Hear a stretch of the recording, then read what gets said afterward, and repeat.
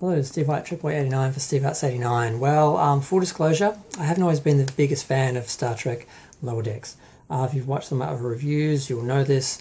Now, I really felt the show in the first season was incredibly disrespectful to Starfleet and Star Trek and all it stood for, and the way it portrayed the males in the show was really offensive, and I really didn't like it. I didn't enjoy any episodes, really, that I can recall. But this season, season 2, they've really done a turnabout. They've actually managed to reverse most of these issues. They have shown respect for Starfleet. They've shown respect for Star Trek in general. They have allowed the men to actually grow backbones and have backstories and actually be as developed as the female characters and not be treated like fools. And it's nice because they've managed to do all this while still being reasonably funny and actually telling Star Trek-like stories, which actually have some fun and adventure. So I'm kind of shocked. The last 3 episodes haven't offended me, and I almost enjoyed the last episode, and I actually enjoyed this episode. I actually laughed before the credits. That's the first.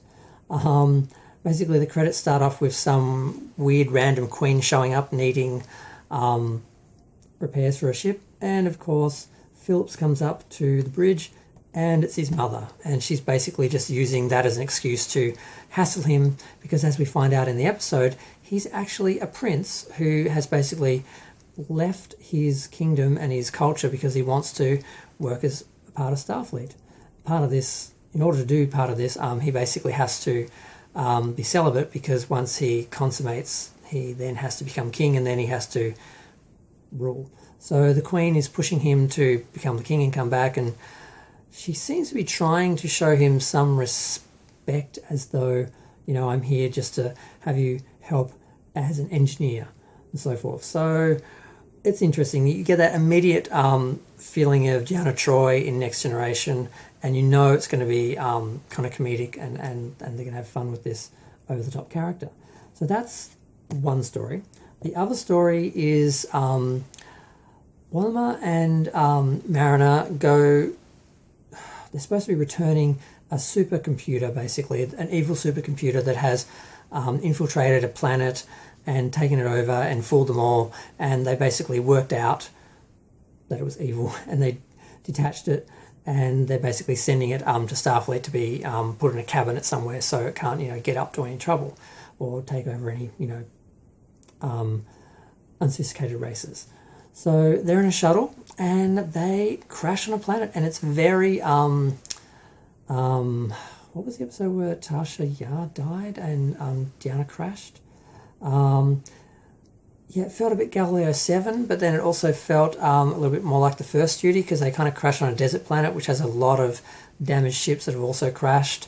So, of course, the whole time the supercomputer is trying to convince them to just plug it in and it can save them and, you know, get the ship to work because the replicators aren't working. It's just basically creating licorice, which, of course, Mariner hates.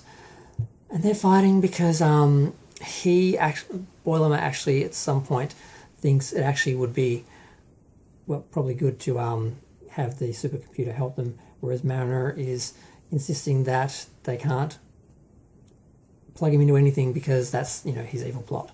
So they're arguing. And back on the ship, Phillips and Rutherford go onto the ship to repair it. There's a small problem. It's not a problem. They fix it. He leaves. And then while he gets called over by the captain because she thinks he might need a break from his mother because she apparently knows the backstory. And while they're over there, there's a explosion, and apparently the Queen and Rutherford are killed. Tindy, of course, is upset. So was I, because he's my favourite character, but I thought he's not dead. Of course, it was fairly obvious that it was a plot by the Queen. She figured if she faked her own death, then he would have to step in and be king, and then once he was king, once he consummated it, it'd be too late, he'd have to stay. But, of course, Tindy, who is mourning Rutherford, detects his cybernetic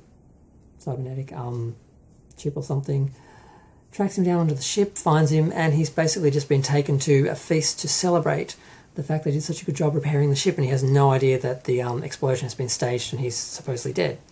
So he, of course, rushes to stop Phillips from consummating with both a female and male guard who were there earlier on. And fortunately for him, he has a bit of performance anxiety, and Rufford had the time to actually get there and stop it. So he informs him that it was all a scam, and he basically stays on the ship and gets to continue doing what he wants, which is to be an engineer. And he's treated with respect. He's, like I said, given a backstory and a backbone, much like because he was just depicted in earlier episodes just running around after the number one, like just because the number one was portrayed as just a white toxic male bimbo, and then he was just shown as like a simp that like literally worshipped him like a dog practically, chased around after him looking for pats on the head basically. And they've turned both these characters around and actually showed they actually have a bit more depth to them, and they've given him this whole backstory and interest. They've made him an interesting character instead of just this two-dimensional thing that he was before. And it's really good. I actually like him. I mean, I didn't dislike him before, but I sort of pitied him because I'm like, what the hell are they doing with this character? So this is good. I enjoyed it. And then down on the planet, we have Wallama and Mariner continuing to fight about... and I forget to mention that Jeffrey Combs is voicing the evil computer. It actually took me a little while to realise. But, of course, it's great because there was a whole argument like, why hasn't Jeffrey Combs been in Discovery or Picard? Because he's been in every other Star Trek series pretty much. And people were suggesting it's because he's a white male. Of course, they wouldn't have him and all that. But, of course, they proved that wrong and they actually had him on the show. And, of course, he was brilliant. And so they're arguing. And one part that did make me laugh was Mariner suggested burying him in the sand, so they don't have to listen to him, because the whole time he's trying to convince them to... help him out. And Wallama says, no, we can't do that. He's got rights, basically. And eventually he annoys them enough that they do. And you just see, like, looking up from a hole in the ground, them throwing dirt on him. And he's like, I've got rights. I don't know, it cracked me up. But yeah, eventually Wallama gets sick of her telling him what to do. And he actually fights her. And he actually shoots her with a phaser and knocks her out. And does what he wants. And I'm like, about time. Because she would do that to him.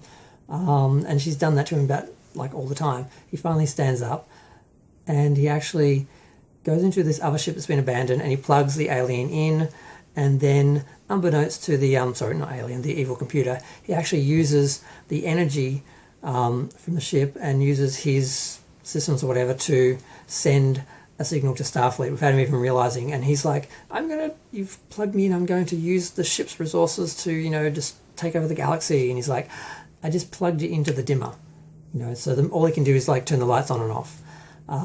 But yeah, he used his energy to power the communication system and send a message. So they get rescued, and the supercomputer just gets taken to Starfleet and stuck in a little cabinet where it just rants about how it's going to... At first he says, oh, you guys have shown me what friendship and loyalty means and everything. Oh, I've deleted my malevolent subroutines. I want to be good. I want to join Starfleet. I want to be like 7 of 9.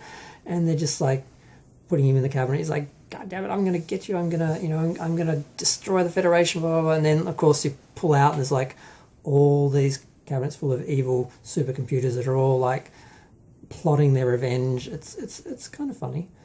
And that's pretty much the end of the episode. And like I said, I actually enjoyed it. It felt like a Star Trek episode. It felt like adventure. It felt like they were actually exploring this planet they crashed on. And they had a problem to resolve. It wasn't just something that Mariner did. Because in all the other episodes, Mariner just creates a problem and everyone has to fix it, and then somehow she's the hero. In this case, it was a situation they were stuck in. They kind of worked together. I mean, he only shot her to show the computer that he was... to let the computer think that he'd fooled him and it was on his side. So it was a plot the whole time. He knew what he was doing. He just used her as part of it, like she would have done with him without thinking twice about it. And it showed, like I said, that Wallama's getting a backbone, that he's actually acting out and doing things the way he wants and getting some respect. And Mariner doesn't always end up on top. She doesn't always save the day. She doesn't always win. She does half the time he does. It's like a fair thing now, whereas before it was all about her. Now other people on the crew, other characters, actually get to do something, actually get to solve a situation, or are shown respect and shown that they have some value. And it's not just all about her being the superhero perfect character and they're all just there to give her exposition, basically, like some of the first season episodes treated them like that. Some didn't. They did get some moments, but it was always about her first. Now it's almost like the crew gets equal time. So that's one of the things they've fixed. Like I said, they've fixed a whole bunch of things on the show now, and it doesn't offend me. I can actually watch it and don't feel like I'm being slapped in the face as a Star Trek fan. And this is good. I enjoyed it. It's like, oh my God, I'm actually looking forward to the next episode. I haven't looked forward to an episode of Star Trek in 16 years, something like that. I don't know. When was the last episode of Enterprise? 2005? Yeah, it's about 16 years. I'm going to go. Feel free to share, like, comment, subscribe. Let me know what you think. I really hope the rest of the season and the future of the show is going to keep going like this. And it's going to be an actual Star Trek show, like, ongoing. And that Strange New World is going to be the same.